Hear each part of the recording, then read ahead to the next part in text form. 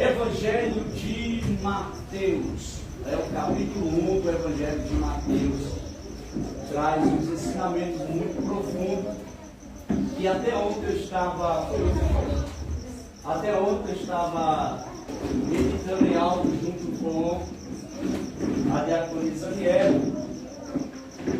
E até ontem eu estava simplesmente naquele pensamento do que eu já ouvi na área teológica e também daquilo que eu ouvi em relação a algumas afirmações sobre Davi. Pode ficar à vontade, Evangelho. E quando eu estava observando a Bíblia e desta feita observando a genealogia, me trouxe a resposta daquilo que eu estava precisando. Porque tem coisas, por isso a importância de nunca, meus irmãos, a gente pular o que se chama a genealogia. Toda vez que você estiver lendo a Bíblia e você vê essa expressão, genealogia, leia. Eu sei que é chato. É chato porque é cada nome estranho que tem hora que a gente não consegue nem ler, de tão estranho que ele é. Mas aqui vai ter resposta tremenda para a nossa vida. É muito importante que nós tenhamos conhecimento deste ponto aqui. Mas antes de falar do que eu estava pensando com a diaconisa Aniele ontem, e que a resposta está aqui na genealogia de Jesus, eu quero informar para os irmãos que o Evangelho de Mateus, essa expressão está errada. Todas as vezes, a gente tem que se corrigir, isso às vezes eu cometo esse erro também. A gente tem que corrigir essa questão de quando a gente vai abrir a Bíblia, e principalmente no Evangelho, que são Mateus, Marcos, Lucas e João, a gente sempre diz assim, abra a sua Bíblia no livro de João. Abra a sua Bíblia no livro de Mateus. A gente não faz isso? Os irmãos já viram fazendo isso ou não? Já, eu fiz muito isso já. Eu estou tentando corrigir, perder esse hábito e falar a forma certa. Porque não é Evangelho de João, não é Evangelho de Mateus, não é o Evangelho de Lucas, não é o Evangelho de Marcos. Ele não tem Evangelho. E como é que se pronuncia? É simples assim, o Evangelho de Cristo, segundo escreveu João. A expressão correta é essa, por exemplo, o Evangelho de Cristo, segundo escreveu Mateus. Porque o Evangelho não é de Mateus. Mateus foi apenas aquela pessoa que o Senhor usou para que escrevesse. Nada mais do que isso. Então, quando a gente fala Evangelho de Mateus, nós estamos dizendo que tudo aquilo ali é dele, foi ele que fez. E não, o Evangelho de Cristo, ele foi o escritor. Dá atenção uma coisa, o escritor, por exemplo, existem vários tipos de escritores. Existem escritores que escrevem as suas próprias histórias, sim ou não? Sim, e eles são os próprios atores. Aqui na Bíblia é diferente. Eles são escritores, mas o autor é Deus. Muitas das vezes tem pessoas que são escritores e alguém chega, olha, eu quero escrever um livro. Aí então passa a sua história para mim, aquela pessoa vai lá e escreve. Então se torna escritor, mas não é o dono da escrita. Então nós temos que corrigir esse ponto aí. Quando a gente lemos qualquer um dos evangelhos, a gente sempre cita isso. Abra a sua Bíblia no Evangelho de Cristo Jesus, segundo escreveu Mateus. Eu sei que não vai ser tão fácil a gente decorar nesses pontos, mas os irmãos vão tentando colocar em prática. Porque qualquer lugar que você tiver uma oportunidade, vamos ouvir o obreiro falando de tal, que está acompanhando o pastor, deixar uma saudação. Na hora que você abrir a Bíblia e você citar, eu quero deixar uma saudação para os amados irmãos, no Evangelho de Cristo Jesus, segundo escreveu Mateus, o povo vai admirar na hora. E quem estiver ali no ambiente que tenha conhecimento e estudo, logo vai dizer, realmente o obreiro ali é instruído, ele sabe do que está falando. É a mesma coisa quando a gente vamos ler o livro dos Salmos. Eu vejo pastores dizendo, abra a sua Bíblia no Salmo capítulo, não é capítulo, são números e versos. Porque salmos são melodias, são canções. Então, canções têm números e tem versos, não tem capítulo.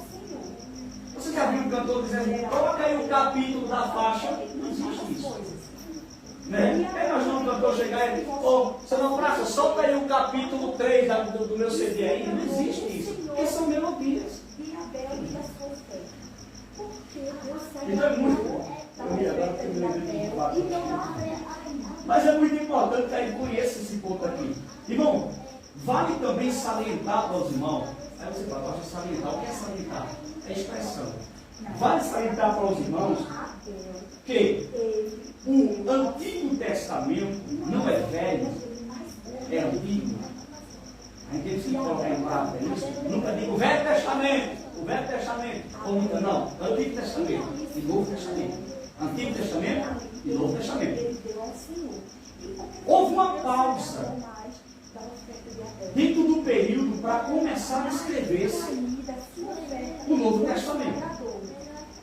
Começando o seu primeiro livro, no Evangelho de Cristo Jesus. E qual foi a duração do tempo para se iniciar a escrita do Novo Testamento? 400 anos. Dentro de 400 anos, Deus estava em silêncio com o povo. Deus não falava mais com o povo, Deus não se revelava. Você já imaginou? A gente vai fazer uma oração de 1 hora, já quer que Jesus fale? A gente se ajoelha agora, já quer que Jesus dê a resposta amanhã. É ou não é? É livre de Deus. A gente ora, Senhor, vem cá, fala, Senhor, revela, me diga, fala. E Deus passou 400 anos sem revelar nada para o povo, mas em silêncio geral. E o povo afundava por conta do pecado, da desobediência, do afastar-se de Deus. E quando se inicia o Novo Testamento, deixa eu ensinar isso aqui para os irmãos. Vocês sabem por quê? Existe qual é o sentido dessa folhinha aqui? Os irmãos sabem qual é o sentido dessa folhinha na Bíblia? A sua não tem, mas tem só os detalhes aqui, né? Que é para identificar a quantidade de livros. Mas existem algumas Bíblias que está assim, ó. Só tem o nome. Pode deixar ele. Não vai fazer mal, vai? Olha, Novo Testamento. Aqui, ó. Algumas Bíblias não tem, né? Completamente a folha, mas que é do olhando. A sua tem aqui, né, mostrando os livros que tem. Mas dentro da teologia, principalmente os teólogos, né, os estudiosos, falam que dentro desse período aqui, dessa folha branca, é os 400 anos que existem. Que Deus não falou mais com o povo. 400 anos sem falar. É brincadeira? E a gente, e a gente ora 1 hora de relógio. E aí, Senhor, a gente já tem uma resposta na hora.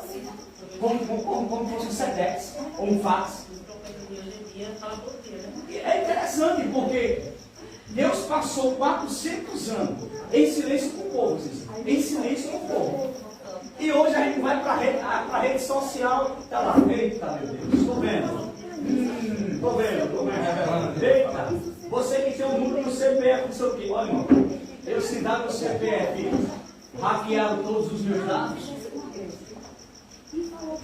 E hoje eu vou com uma questão para resolver aí. Tenho que ir sexta-feira no Tribunal de Justiça em Recife. Então o que acontece, irmão? Para os irmãos terem uma noção. Eu quero ficar lá na rede social. Ficar todo, não sei o quê, revelando, não sei o quê. Toda hora. Não creia nessas coisas. Esse evangelho não é de Cristo. Irmão, eu vivo em oração. Eu tenho uma intimidade com Deus. Deus não fica me revelando, não. Deus. Deus mandou dizer, Deus está falando, irmão. A Bíblia diz, ai do profeta, que assim diz o Senhor, você não fica falando. E o pessoal está falando, Deus está me dizendo, cuidado com esse povo. Cuidado com essas coisas. Ai, eita. Aí já começa logo assim, já com piada. Vai parar um carro cheio de dinheiro. Olha, quando você vê esse povo chegando, meu Deus. E tem aqui que cai no sofá ali, o senhor me deu outro que eu só usar que eu não vou pregar, irmão. É tão bonito, né? Aí, ó, irmão, tem que ficar, aí chega. Tem gente que fica dentro, igreja por aí, são assim, tá, irmão? É sério, no público, aí aquelas pessoas que se querem demonstrar que é tão espiritual, tão conhecedor, tão cheio de Deus, aí já fica te olhando.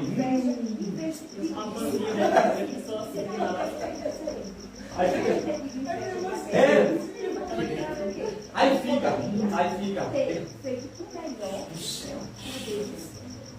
Aí quando chega perto de você, já começa a fazer um monte de palhaçada.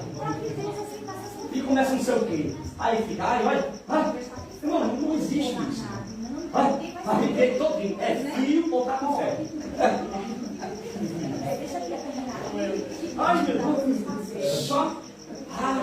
Irmão, eu me arrepio muito fácil. É sério? Basta a minha esposa tocar em mim, eu estou me arrepiando. Aí, meu irmão, arrepia a sua.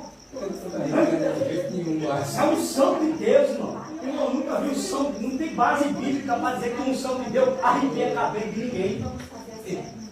Ao cheio da unção que estou arrepiado, não tem, me mostra um versículo na Bíblia que a unção arrepia a cabeça.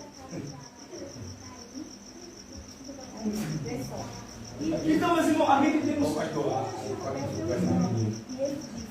Ela vai muito nisso.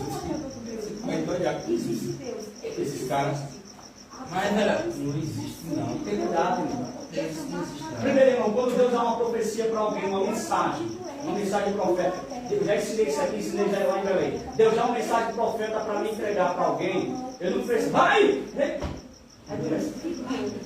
Não precisa nada disso. E no seu, irmão, eu já vi no vídeo mesmo. Eu já vi na rede social. Irmão, se aquela tapa fosse em um, ela levava a outra. Na hora. O camarada foi entregar uma mensagem para o jovem. E o coitado do jovem esperando a mensagem. Irmão, a mensagem. Irmão, só esse momento aqui, só você para me fazer rir mesmo. Passou caindo, pastor. Irmão, é sério, irmão. Porque Deus me dá uma mensagem. Deixa eu ensinar assim. Deus me dá uma mensagem para entregar a jovem, por exemplo. Vem a mensagem. Deus me dá uma mensagem. Eu não preciso nem falar em línguas para entregar a mensagem. Porque qual é o sentido da conta de língua? Para edificação nossa, quando nós falamos em línguas, é para nossa edificação. Ou, se quando você estiver falando em língua, Deus te der a interpretação do que você está falando, aí é outra coisa. Mas tem gente que recebe uma mensagem de Deus, aí chega uma pessoa, bota a mão assim e fica falando em mistério, falando em língua, para depois falar o que Deus falou. Então não existe isso. Deus me deu uma mensagem, eu vou chegar nas jovens, claro, os homens obreiros, homens de Deus, tem que ter cuidado quando vai entregar uma mensagem para uma mulher. Porque tem cara que já sabe coisa para entregar nas mulheres. Eu já vi isso, meu irmão. Já vi isso. Aí vem, aí permita Luiz. Aí isso aqui todo respeito. Aí chega, aí já começa a alisar.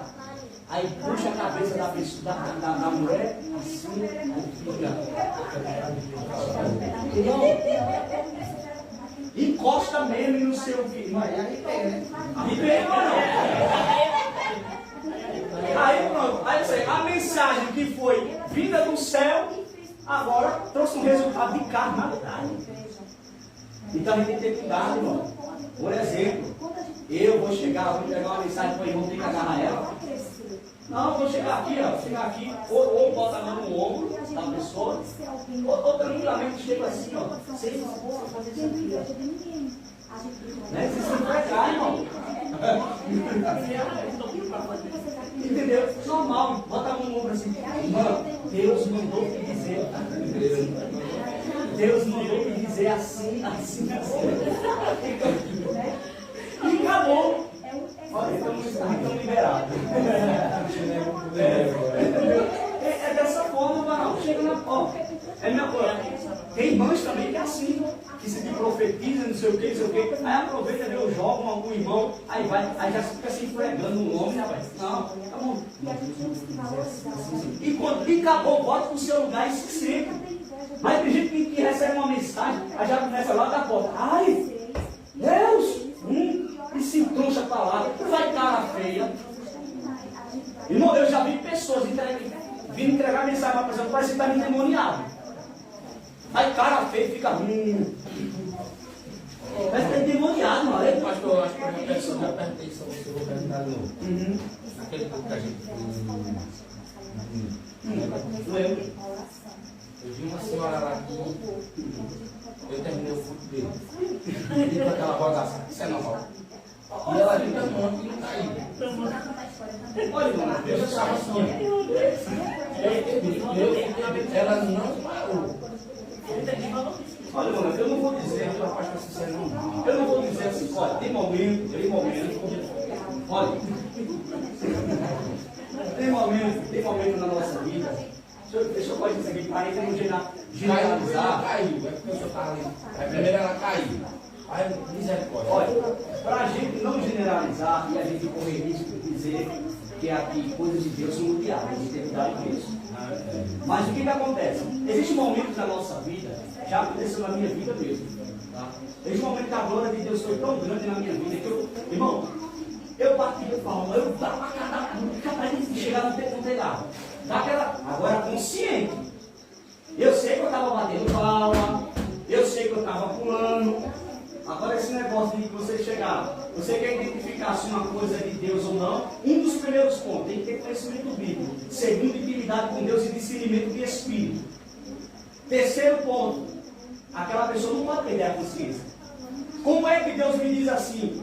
Vai até fulano e entrega uma mensagem para aquela pessoa, aí depois você chega no final do curso com aquela pessoa e fala assim, eu não vou entender, eu não lembro não, entendeu não?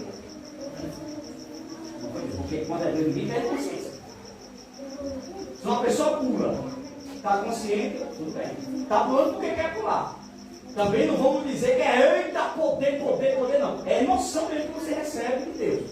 Aquela emoção, você sai daquilo ali e pulou. Agora tem gente que fica dizendo que pulo, rodada, é poder de Deus. Não é poder de Deus.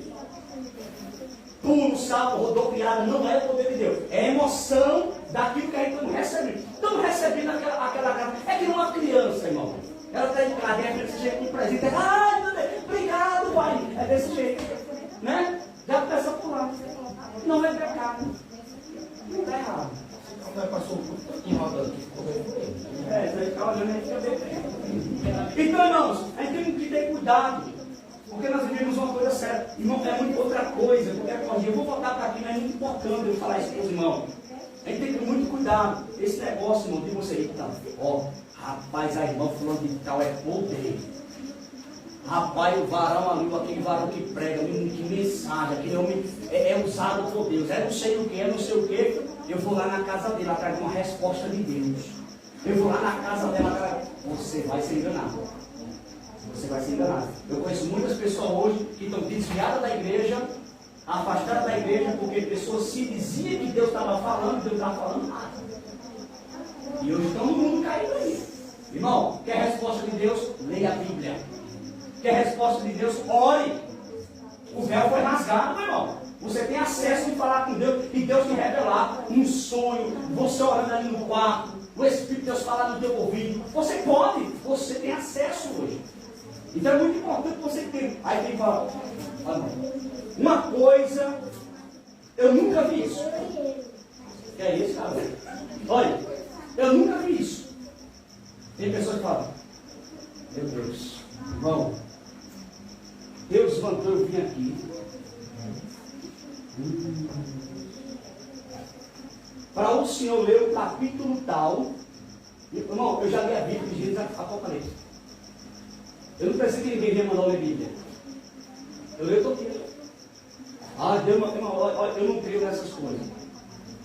Eu não creio, porque a pessoa está ali, às vezes sabe de alguma coisa que está acontecendo com você, sabe do que você está passando, aí sabe que você está em busca de uma resposta de algo, aí vai, olha, leia aquele versículo. Me deu um versículo aí. A pessoa você abre a Bíblia em casa e leia. Olha, irmão, olha, ela sabe. Às vezes já chegou ligação para mim aqui. Irmão, uma pessoa não sei de onde. Ligou no meu telefone. Estou falando com o pastor Jair, eu disse sim. Oh, glória. Oh, glória. Já no telefone. Aí eu estou falando com quem? Aí disse, Isso é porque eu peguei o seu número com o irmão fulano de tal, porque disse que você é um homem muito usado por Deus, e eu liguei para que Deus falasse comigo. Eu falei, vou valer a vida e liguei o telefone. Irmão, as pessoas pensam que Deus nos usa como entregador de recado, como carteiro. Pastor não é carteiro de ninguém, irmão. Pregador não é carteiro de ninguém. Se Deus quiser falar comigo para te falar, Ele vai falar sem você precisar vir até mim. Se Deus quer te revelar, Ele vai te revelar você na sua casa, orando, ou na hora do culto aqui, no louvor, na palavra que alguém está pregando, e no versículo que alguém lê. É dessa forma, irmão. A gente tem que ter muito cuidado, porque hoje o negócio é sério, irmão. E a gente ensina isso. E você sabia que tem gente que até hoje fica em busca desse povo. Eita. Aí fica confundindo a mente. E outra coisa, né? Tem pessoas que deixam ser muito levadas por essas mensagens de internet. Aqueles pastores dão aqui mensagem, ó, eita, aquele é o meu usado por Deus demais. Meu Deus, você não sabe a vida do camarada não, você não conhece ele. Você não sabe o dia a dia daquela pessoa não. Porque todo pregador de internet é bom. Na internet não tem mensagem ruim.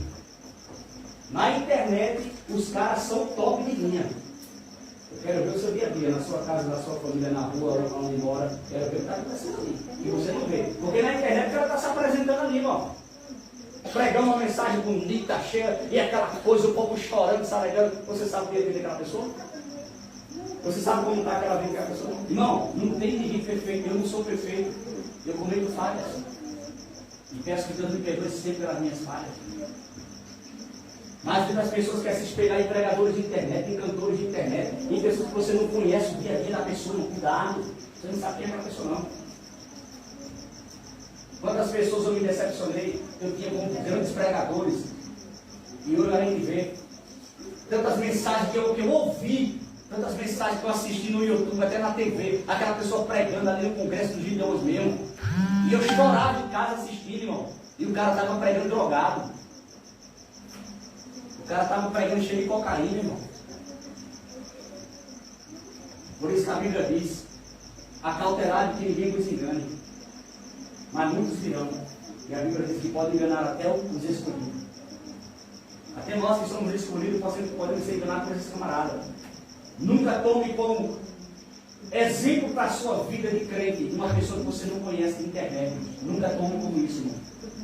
Tome como exemplo de vida para você aquele que você conhece todo dia, aquele irmãozinho, pode ter um dente na boca, aquele irmãozinho crente, então toma exemplo, a qualquer segredo de aquele camarada ali.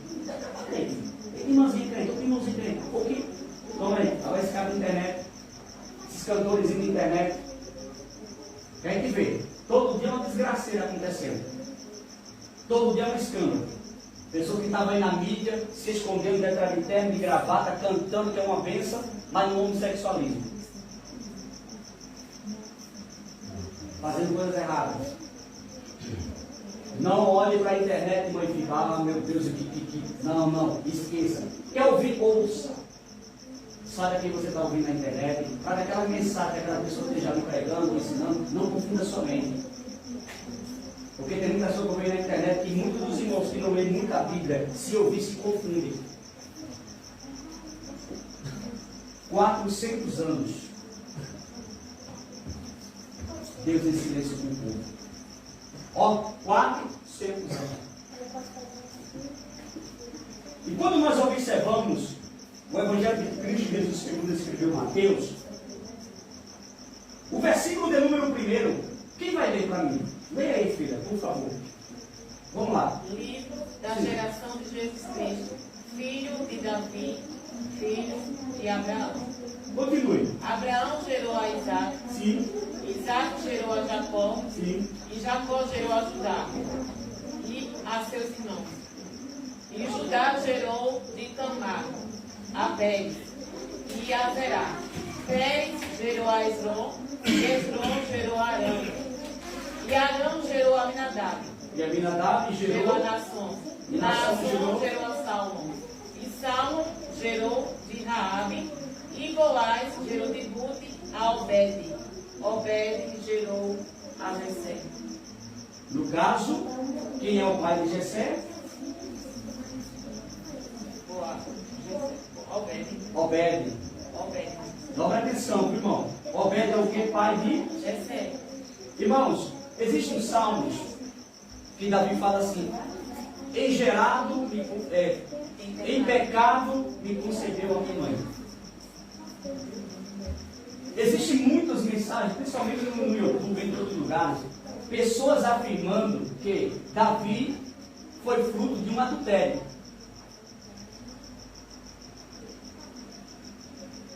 É sério. Eu já vi muitos pregadores pregando e dizendo que Davi não era filho biológico de Jessé. Eu já vi muitos pregadores dizendo que ele não era filho que, em um período em que, em tempos de guerra, o pai de Jessé, melhor falando, não estava ali, e em tempo de guerra ficava um tempo fora, e que o tempo era prolongado, e a esposa de Jessé coabitou com o outro homem, e aí Davi foi gerado. E muitos pregadores tomam aquelas bases do porquê daquele afastamento dos irmãos com Davi, aquela questão de quando Samuel chegou na casa de Jessé e disse: olha, Deus falou que dentre dos teus filhos eu vou levantar um para reinar. Reúne os mancebos aí, reúne os jovens. Só que quando Samuel chega na casa, Davi não estava. Então passa Abinadab, Samar, e vai passando-se. Quando passa-se todos, dobra atenção, isso aqui é sério. Quando passa-se todos, Samuel olha e fala: acabaram-se os jovens. Está lá em 1 Samuel capítulo 1. Perdão, 1 Samuel capítulo 16. A partir do versículo 1. Então o que acontece? Acabaram-se os jovens, acabaram-se os mancebos. E o que é que Jessé fala? Ainda existe o menor. Por que não falou Davi? Então, dentro desses pontos e da narrativa que Davi falou lá no Salmo, que em pecado ele foi gerado, muitos pegam esses pontos específicos e falam que Davi é fruto de um adultério. E ontem eu estava conversando com a Aniela ali, eu meditando e lembrando de muitas mensagens sobre isso. Só que a importância de nós lermos a genealogia é isso, irmão. Que a gente vai saber de quem é filho, de quem é neto, de quem é avô e assim vai. A gente vai conhecer. Por isso que nunca pule a genealogia. Porque se você lê aí para mim, qualquer um dos irmãos, leia para mim o versículo de número 6. E Jessé gerou ao rei Davi. Então, peraí. Se Jessé gerou o rei Davi, Jessé é o que de Davi? Pai. Então, isso mostra que essas mentalidades que muitos já pregaram e ensinaram, dizendo que Davi é um fruto de uma prostituição e não era filho biológico de Jessé, é mentira. Quando ele fala que em pecado ele foi gerado, será que, assim, um pensamento, como também já passou esse negócio de recolhe tudo passando a história bíblica, se bate, porque assim, não se fala a mãe, né, não cita o nome dela. Até o momento. Aí eu fiquei pensando assim, sempre em pecado foi gerado, será que a mãe dos demais filhos que Jessé teve São diferentes. A mãe de Davi é outra. E tipo assim, Jessé pode ter tido um caso antes do casamento. Aí casou após engravidar ela. Porém, a gente não pode afirmar isso.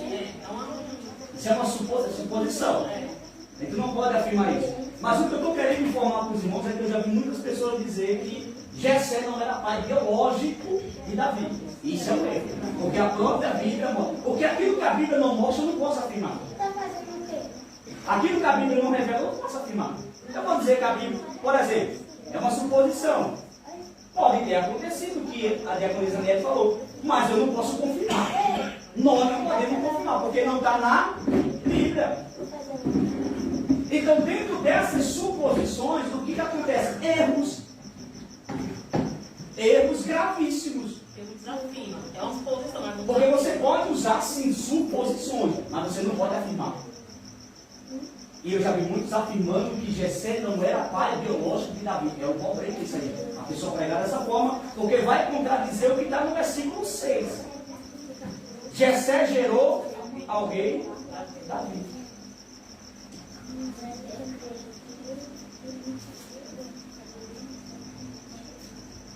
E o rei Davi gerou a da que foi mulher de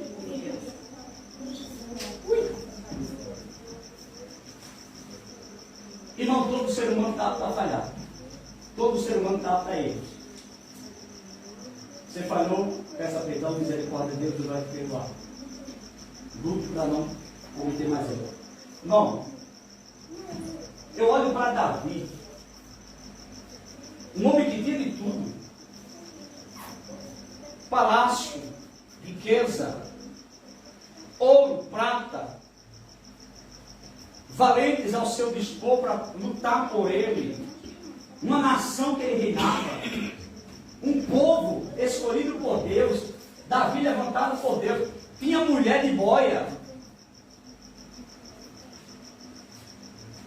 Ele teve a oportunidade, sim, sem dúvida, eu digo isso sem ele, sem medo de errar. Ele teve a oportunidade, se ele tivesse almejado a Betseba, antes dela casar com Urias, ele tinha ela como mulher.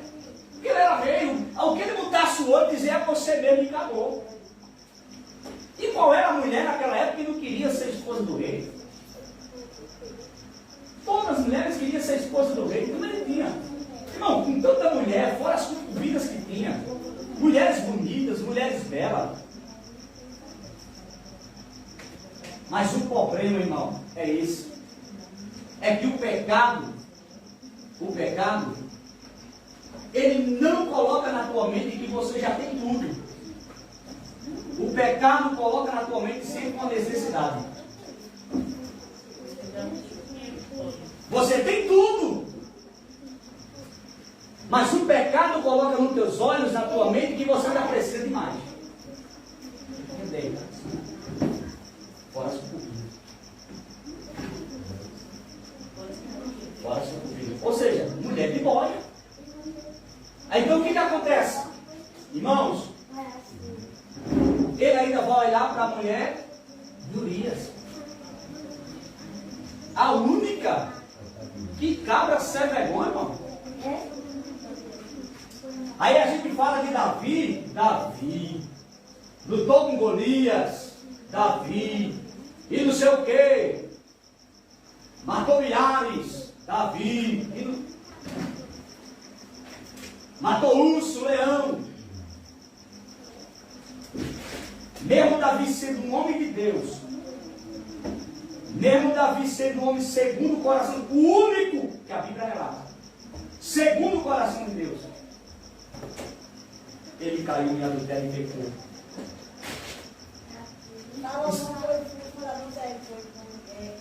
Não, o primeiro. Qual foi o nome do primeiro? Esqueci até Eu esqueci o nome do primeiro que não sobreviveu. Depois foi que veio Salomão. Perceba, né? O do pecado não sobreviveu.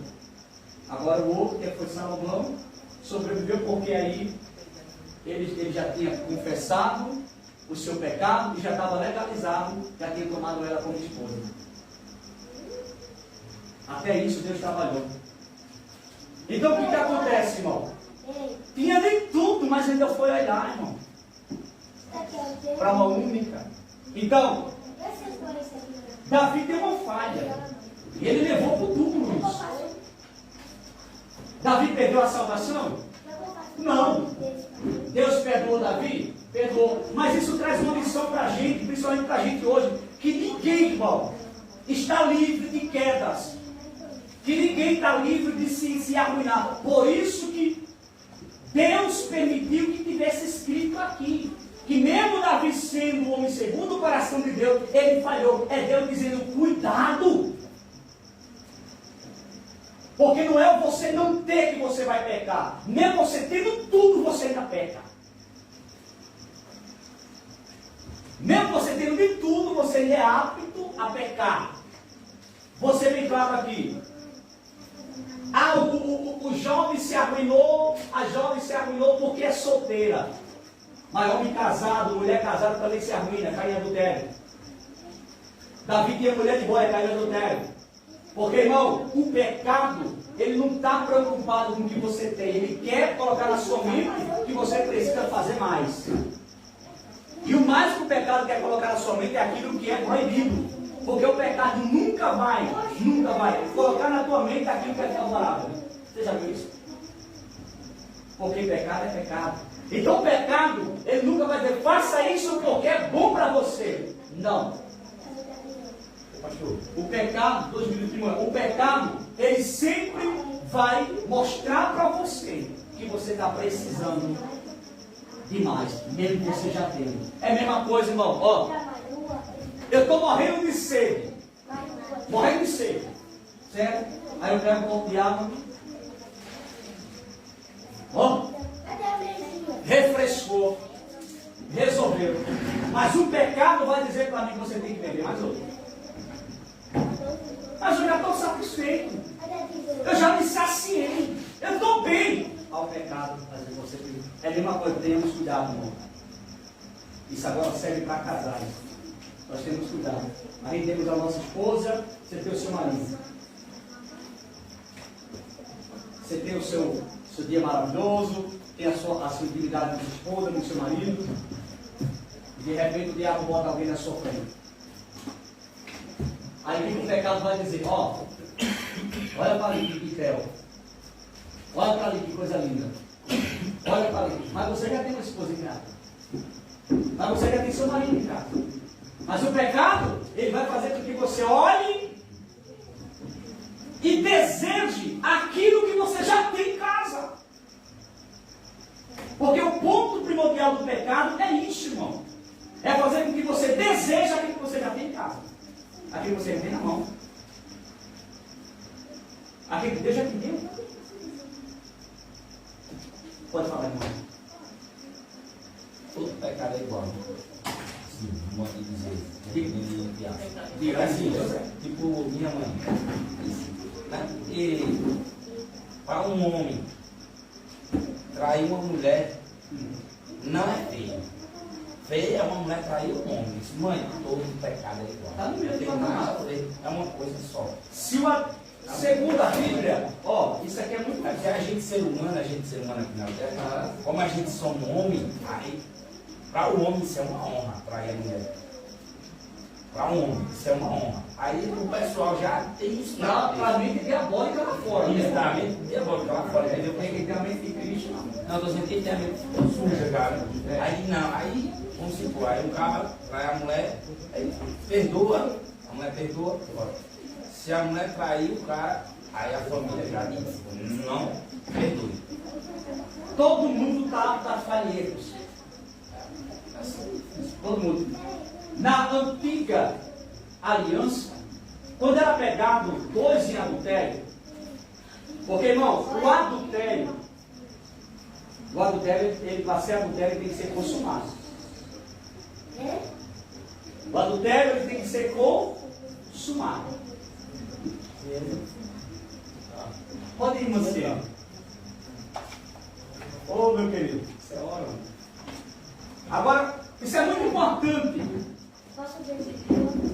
Pegava-se o adúltero e a adúltera em separar Levito. O que acontecia com os dois?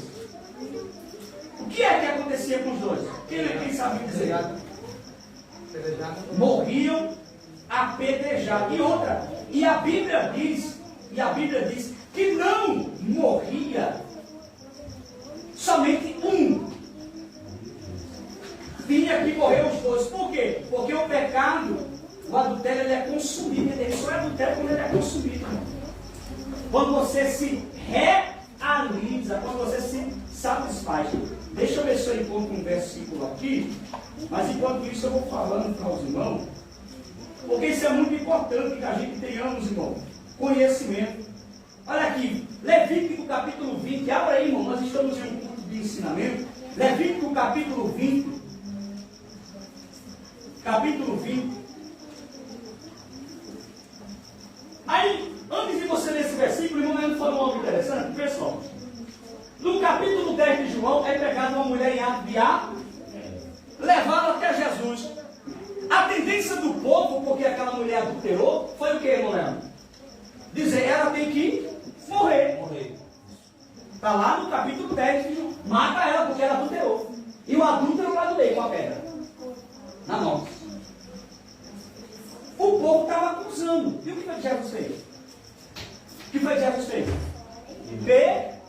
Perdoou. Quando uma pessoa se diz cristão e não consegue perdoar uma pessoa que comete um pecado, um adultério, essa pessoa não tem medo de Deus. Isso é forte, né? Pastor, como você sente uma lei de copo d'água agora ali? Se eu tomar um copo d'água, bem? Está assim ou aceso. Mas a água está natural. Assim fica mais gelada. Tem uma água, mas é diferente, né? É isso que... Muito bem, obrigado, presidente, por falar sobre isso aqui, é muito importante. É isso que o diabo sempre coloca na mente. O diabo sempre, pronto, essa água saciou minha sede. Mas o que vai aparecer para saciar minha sede também é água. Só que o diabo vai dizer, está gelada. Ou seja, o diabo, o pecado é assim, o diabo sempre vai criar uma fantasia para querer colocar na sua mente que você precisa daquilo. Mesmo você já tendo.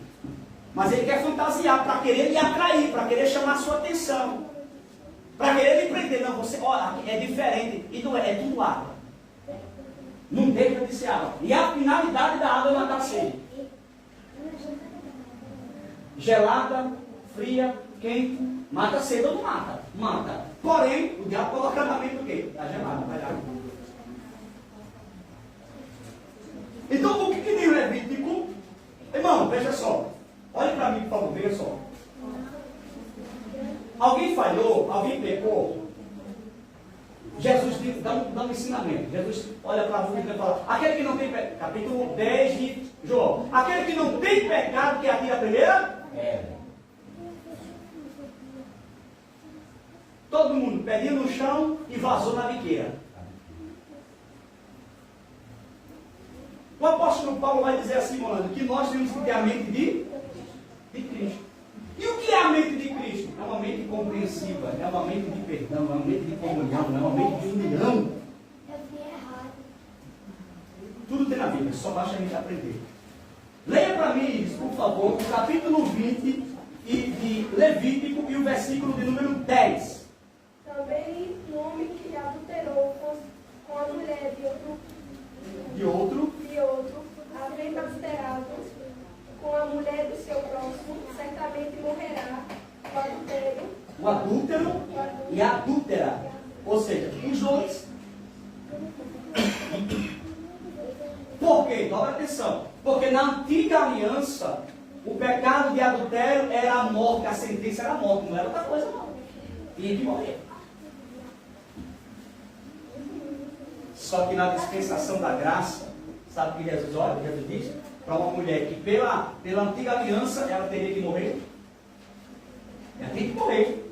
A antiga aliança, os judeus que estavam ali acusando, os doutores da lei que estavam, não, está escrito que ela tem que morrer. Só que na dispensação da graça, Jesus olha para a mulher e fala, mulher, cadê os teus acusadores? Ninguém te condenou? Eu também não te condeno. Aí Jesus dá a receita. Vai em paz e não peques mais. Foi engraçado, né? Que engraçado que só veio, ué. Pois é. Foi para que a só veio, ela também tem resultado. Estava lá no meio do pedra. Porque Porque tem gente que é assim. Tem gente que é assim, que só consegue identificar o pecado dos outros. E está com a pedra na mão, como que fosse o santarrão ou a santarrão. Não, eu. Se Jesus abrir o céu, irmão, e revelar, a gente cai com a cara no pó. E eu falo a gente, é todos nós, porque ninguém é perfeito. Acho que foi no filme que ia procurar o paraíso, né? Teve um casal que adulterou, Irmão, lá e foi para deixar os olha, dois. isso, olha, eu vou ensinar um ponto aqui para os irmãos. Eu aprendi com meus pastores e em todo o culto de Santa Ceia eu vou fazer isso agora. E vai começar por mim, como exemplo. Todo culto de Santa Ceia, eu vou abrir uma oportunidade para qualquer pessoa se levantar e dizer assim: eu peço que a igreja me perdoe em nome de Jesus. Você não vai falar o que foi. Você não precisa falar o que foi. E a igreja vai perdoar. Isso fazia tão bem aos crentes antigamente. Porque sabe o que acontece? O diabo bota na mente: você falhou, você cometeu uma falha, aí fica na sua mente: você não pode ceiar, você não pode ceiar, você não pode ceiar, você não pode ceiar. Aí Deus deu a orientação para os pastores na época, dizendo: olha, todo mundo de Santa Ceia, deu a oportunidade para o irmão se levantar e dizer: eu peço que os irmãos me perdoem. Você não vai dizer o que foi ou o que aconteceu. Eu peço que os irmãos me perdoem, Deus sabe todas as coisas. E a igreja vai perdoar e você vai ceiar. E não vai ficar sem ceiar. Depende da falha, né? Tem casos que tem que confessar. Eu estou falando de falhas, irmão. Aquela falha que não seja adultério. Porque se for adultério, você tem que começar com o pastor, porque aí você vai passar por um afastamento. Um copo de cerveja, se embriagou.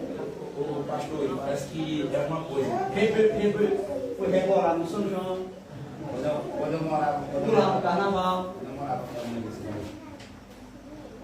outra Santa Ceia, dentro de Santa Ceia, uma garrafa para dentro de casa dessa forma.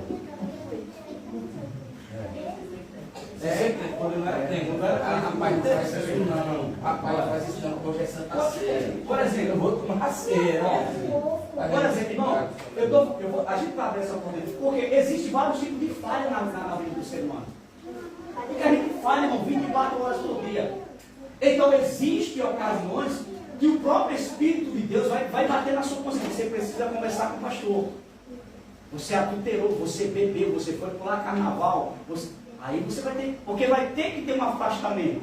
Tudo bem. Mas existem falhas que a gente comete diariamente. O algo ali no canal da emoção, uma palavra que falou, uma atitude que praticou, algo que fez ali. Mas aquelas coisas, irmão, que você realmente não queria fazer ali. Meu Deus, eu falei, vai poder falar isso aqui, a Bíblia contém e tal. Você vai ter a oportunidade na hora da Santa Ceia se levantar. Eu peço que os irmãos me perdoem. Em nome de... Ok, agora se for adultério, agora se for bebida, agora se for forró, agora se for entre outras coisas que você sabe que é muito grave, irmão. Que é muito grave, principalmente que saiu ao público, que escandalizou. Você tem que conversar comigo, porque você vai passar por uma orientação e você vai passar por um afastamento. E quando tem gente que pensa, a gente sabe que é mais mesmo, sabe? Não sabe se ele é primeiro. E tem gente que, mesmo sabendo das suas falhas, toma ceia, é um pecado. E a Bíblia diz... Isso aí está sendo relevante. É para a própria condenação. Própria condenação. Por isso, irmão, por isso que eu senti isso de utilizar o que os pastores utilizavam antigamente. Porque às vezes não é uma falha tão simples, às vezes é uma falha, uma coisa que você fez ali, poxa, não era por ter feito isso. Uma falha ali, e aí fica na sua mente: eu não vou ceiar porque eu fiz isso. Aí você vai ter a oportunidade de, antes de ceiar, alguém quer pedir perdão, irmãos? Em algo, você se levanta: meus irmãos, eu peço que os irmãos me perdoem, Deus sabe todas as coisas. Ou seja, você já falou com Deus, e ao mesmo tempo agora você vai receber um perdão diante dele, e você vai poder ceiar, para você não ficar sem ceiar. Pode falar. Também escutei na casa, na época, Ah, mas ó, pelo amor. E às vezes tinha irmãs que chegavam na igreja, diga Santa Ceia, não queria ceiar porque discutiu com o marido em casa. Discutiu, falou um palavrão. Você já não falou um palavrão. Irmão, você não joga, por exemplo, joga, porque eu pratiquei um matozinho assim, e joga dentro do que eu estou falando, eu não vou ceiar não. Não, irmão. Você vai se levantar, os irmãos me perdoem, peço perdão à igreja, e ceie. Porque enquanto nós estivermos nessa matéria, sempre falhas nós vamos cometer. Pastor, e estresse? É falha? Não, estresse está na vida mesmo. Para voar, por cima, assim, entrar. Não, estresse faz parte. É meu pai, estresse é Exemplo, olha, estresse é uma coisa que, irmão, vem todo dia. E outra, você nem procura, às vezes vem. agora sim, Eu dentro de casa, eu só vivo de casa para a igreja. De casa para a igreja. Eu estou numa questão, só o sangue de Jesus tem poder. agora ela diz que sim. E a área que eu sou? E assim, eu filmar assim, eu cantei, eu esqueço. Vai dar para passar por cima aqui, Não é, mas faz parte. Faz parte. Viu, pastor? Aí era a área que ela mais dizia. Eu, galera, assim, eu passo um mês todo dia de boa. Quando chega no dia de fumar, assim, parece que o negócio fica me apontando dentro de casa. Mas então, irmãos, grave isso. Não tenham vergonha. Porque você não vai dizer, meus irmãos, eu quero que você não me perdoe, porque eu fiz isso, eu fiz aquilo. Não é isso, você não vai falar nada. Porque o pecado que você. Vai ser uma coisa muito grave que você cometeu, você sabe. Porque isso aqui eu tenho que ser afastado. Isso aqui eu tenho que falar. Aí tudo bem. Mas a não ser, irmão, uma falha que você, no calor ali da agonia, no calor da emoção, daquele. Meu irmão, para que não me perdoe, a igreja vai perdoar e você vai cegar, irmão, porque isso vai me fazer bem. Porque o problema é isso, é que você fica no culto, aí fica aqui na mente. Mas você vai ver que quando você se levantar e dizer, eu peço a igreja que me perdoe em nome de Jesus, ô meu irmão, na mesma hora, você vai sentir uma livre assim, ó. É mesmo que um saco na cabeça. É mesmo tirar um peso de cima de você. Você não vê muito eu fazer isso, meus irmãos, eu peço que os irmãos me perdoem. Porque eu não sou perfeito. Eu também tenho falhas, irmão. Ou você está pensando que pastor é super-herói? Então, não se escandalize, porque quando das vezes eu vi mesmo o meu próprio pastor chegar no culto assim e dizer, meus irmãos, eu peço que os irmãos me perdoem. Deus sabe todas as coisas, os irmãos perdoam. Amém, pastor. É tão bom isso, irmão. Isso, sabe o que isso mostra? Isso mostra que ninguém é feio. Isso mostra que todos nós somos falhos. E quando o pastor de igreja tem a capacidade de chegar dentro da igreja e dizer assim, meus irmãos, me perdoe, isso vai mostrar para toda a igreja que ele é um ser humano, que ele é falho, que ele é imperfeito e que ele é humilde para reconhecer quando ele falha. Porque a pior coisa que tem um pastor falhar é um pastor cometer e ficar se escondendo por trás da Bíblia. Como que fosse o super-herói. Não! Se eu falhar, eu digo, meus irmãos, me perdoe em nome de Jesus. Porque, irmão, a gente falha pensamento, atitude, tudo, irmão. Tudo a gente falha. Não é brincadeira, não. Se for preciso, ô pastor, mas vai acontecer que no passo do cliente, então toda ceia você pede. Tem problema, toda ceia você vai fazer o inteiro. Mas lutando a cada dia para a gente vencermos o pecado. A Bíblia diz que tão de perto nos rodeia. O pecado não fica longe, não. Muitas vezes o pecado está mesmo pertinho de você não vê ele. Está se aterroneando. Às vezes está te rodeando assim pela tua casa. Às vezes o pecado bate lá na tua porta. Boa tarde! Aí você, oi! Você pensa que é uma pessoa, né? Oi! Aí você abre a porta. E o pecado entrou.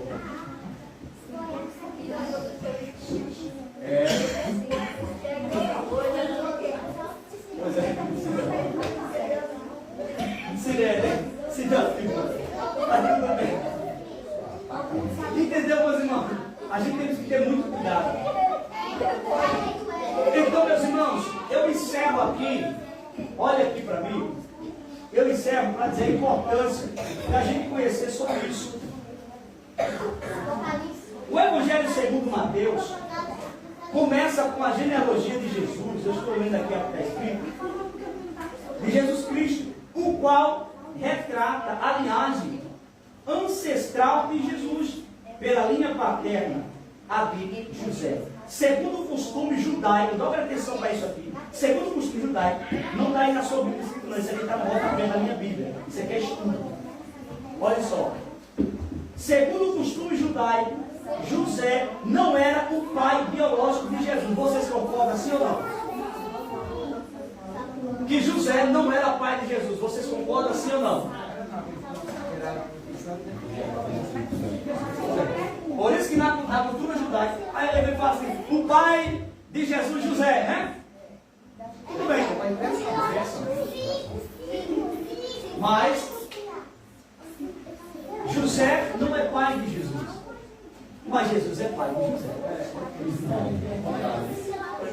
Isso é tremendo, né, irmão? Isso é coisa tremenda. Então, o que acontece? Maria, ela recebeu de quem? Ela concebeu de quem? Do Espírito Santo. E quem é o Espírito Santo? Deus. Quem é Jesus?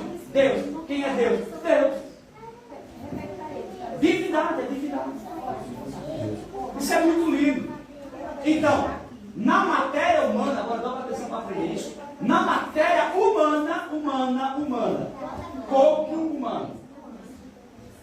Maria, nossa irmã, é mãe de Jesus. Parte humana.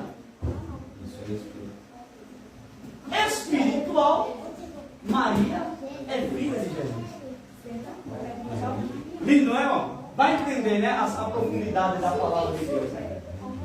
Por isso que certa vez alguém chegou e disse, olha, tua mãe e teu irmão estão aí. Aí Jesus, quem é minha mãe? Quem são meus irmãos? Aí vai dizer, todos aqueles que fazem a minha vontade. Olha, lindo, né? Ou seja, a palavra de Deus, irmão, ela é tremenda. Ela é tremenda, ela é maravilhosa. Por isso, meus irmãos, deixa eu dizer uma coisa. Jesus, com 12 anos, isso é agora, 12 anos, vai para uma festa. Só que, se sai de perto de José e de Maria, e vai para entre os doutores, os conhecedores da lei, está lá. E no percurso da estrada, Maria voltando com José, o povo, lembrou que Jesus não estava ali. Ou seja, perdeu Jesus na festa. Foi. Uns 3 dias, se não me for a memória, porque lembrou que Jesus não estava ali. Aí voltou atrás do menino. Quando chega atrás de Jesus, encontra Jesus entre os dois, fazendo o quê? Ensinando. E o que foi que Jesus respondeu para Maria? Você sabe onde está esse texto?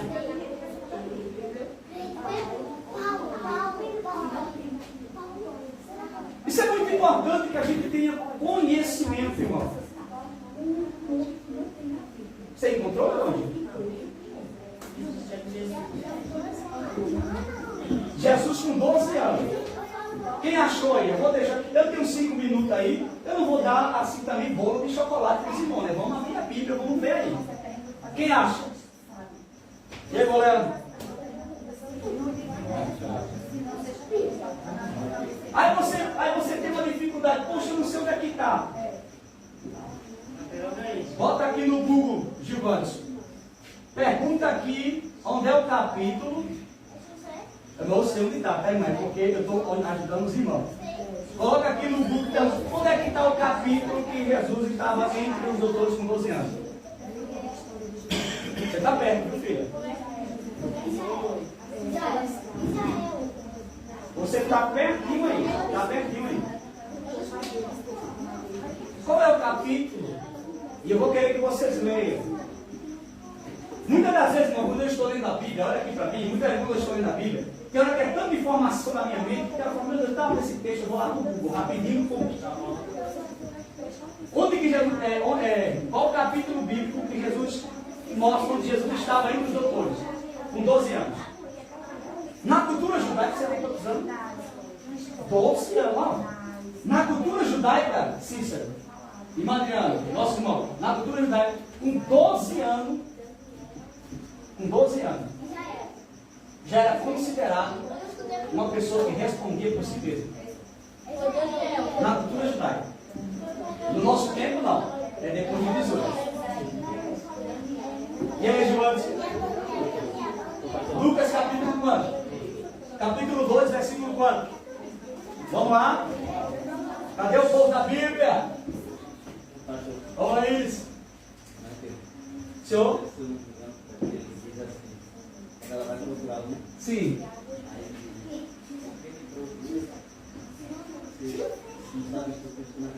Isso, perfeito. Porque me procuras, né? Auxiliar de valor, hein? Coisa boa. Leia, meu mano, bem alto, bem alto. É Lucas capítulo 2, versículo 40. Mais alto. Ora, Sim. todos os anos iam seus pais a Jerusalém Todos os anos. à festa da Páscoa. Festa da Páscoa. E tendo eles já 12 anos, Jesus tinha quantos anos aqui? 12, 1, 2, 3, 4, 5, 6, 7, 8, 9, 10, 11, 12. subiram a Jerusalém segundo o costume do dia da festa. Certo? E regressando eles, Eles quem? Os pais. Regressando eles. terminado aqueles dias, ficou o menino Jesus em Jerusalém. Jesus ficou aonde? Em Jerusalém. Vai. E não o soube José. Não nem- soube José. Por nem quê? sua mãe. Nem sua mãe. Continua, meu anjo. Eles, porém, pensando que ele vinha em companhia deles, Eles, não, perceba que José e Maria não perceberam que Jesus não estava aí. Ele não percebeu. Vai. eles em companhia deles pelo caminho, andaram caminho que um dia procuravam entre os parentes e conhecidos. Saiu procurando nas casas. Você viu Jesus? Na casa dos parentes. Você viu Jesus? Você viu Jesus? Onde é que ele vai estar? E como não o encontraram, Na casa dos parentes. voltaram a Jerusalém em busca deles. E aconteceu o quê? Sim. Passados 3 dias, Certo. o acharam no templo, assentado no meio dos doutores, Certo. ouvindo-os e interrogando. Ouvindo-os e interrogando. Porque Jesus ouvia eles falando e ao mesmo tempo Jesus fazia perguntas. Só que as perguntas que Jesus fazia davam um nó na cabeça dos teólogos ali. Davam um nó na cabeça dos rabinos que estavam ali. Porque era muito conhecimento, até porque Jesus é a própria palavra personificada. Continue. Todos os que ouviam admiravam Ficavam admirados com 12 anos. a sua inteligência em respostas. Certo? E quando o encontraram, se surpreenderam. E disse-lhe sua mãe: Sim. Filho, Olha aí. por que fizeste assim para conosco? Por que fizeste assim, eu sei? Maria estava dizendo, rapaz, nas nossas palavras, tu quer matar o coração? Por que você fez isso, teu filho? A gente veio, olha a distância que ele voltou atrás de você, doido. Amanhã hoje, quando às vezes o menino sai que não vê, filho, cadê meu filho? Bruninho, Arthur, né? É desse jeito, né? Vamos lá. Eis que teu pai e eu, ansiosos, te procurávamos. Ó, eis que teu pai, isso é Maria dizendo, tá? Eis que teu pai e eu. Isso é Maria falando. Eis que teu pai e eu. Vai lá. Ansiosos te procurávamos. E ele lhes disse: Agora que Jesus responde, vamos lá? Por que é que me procuravas? Sim. Não sabeis que me convém tratar dos negócios de meu pai? Pois é. Você entendeu aqui?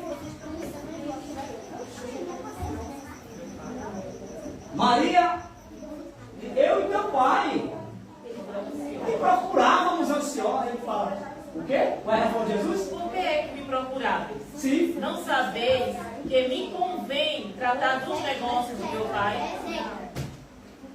12 anos. 50. E eles não compreenderam as palavras que ele dizia. E eles não, os pais não compreenderam o que Jesus estava falando. Provavelmente pela sua idade, 12 anos. Então o que acontece? Já disse na cultura judaica, com 12 anos não é mais criança. Isso é tremendo, não é não? Então, encerra agora, chegou o horário, afirmando um ponto bem lindo para me fechar com chave de ouro aqui. Jesus, Ele é Deus. Chegar qualquer pessoa na sua porta dizendo Jesus, Ele é um ser criado, como os testemunhos de Jeová falam. Não, Jesus, Ele é Deus. Ele é Deus. O próprio Deus. O verbo.